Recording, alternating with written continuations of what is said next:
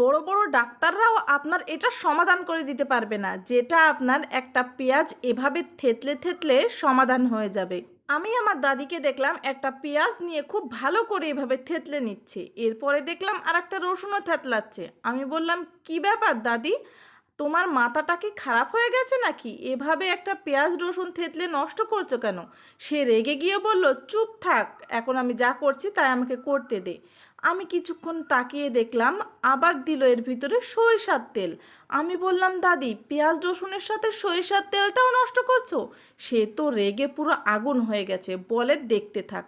দেখলাম 1 চামচ কালো জিরে দিল। আমি তো একদম পুরো অবাক হয়ে গেল, করছেটা কি? এরপরে দিল সাথে 1 চামচ মেথি। এরপরে আমার আর বোঝার বাকি রইল না যে কি তৈরি করছে। অনবরত নেড়েই চলেছে, এক ফুটার জন্যও নাড়া বন্ধ করছে না। চুলার জালটা রেখেছে মিডিয়ামে। আমি বললাম, দাদি, তুমি কি চুলের কোনো উপাদান তৈরি করছো? বলল, হ্যাঁ, এটা চুলের জন্য খুবই উপকারী। দেখলাম একদম পুরা পুরা কালার করে ভেজে নিল, ধুমা ওঠা পুরা পুরা কালার ভেজে নিয়ে এরপরে একটা বাটিতে এভাবে ছেঁকে নিচ্ছে।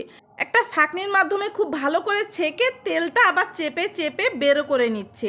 আমি বললাম, দাদি, এটা কি কাজ করে? বলল, এটা চুল অকালে পেকে যাওয়া, চুল পড়া এবং চুলের গোড়া মজবুত করে।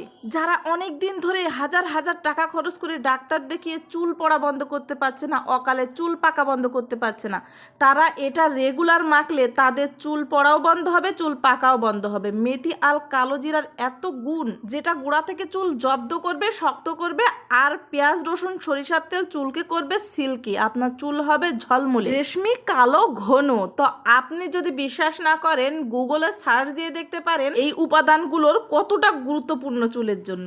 তো ভিডিওটি ভালো লাগলে লাইক, কমেন্ট, শেয়ার করে দিবেন এবং এরকম তথ্যবহুল ভিডিও পেতে চিলিপুট হাউসকে ফলো করে দেবেন। সবাইকে অসংখ্য ধন্যবাদ।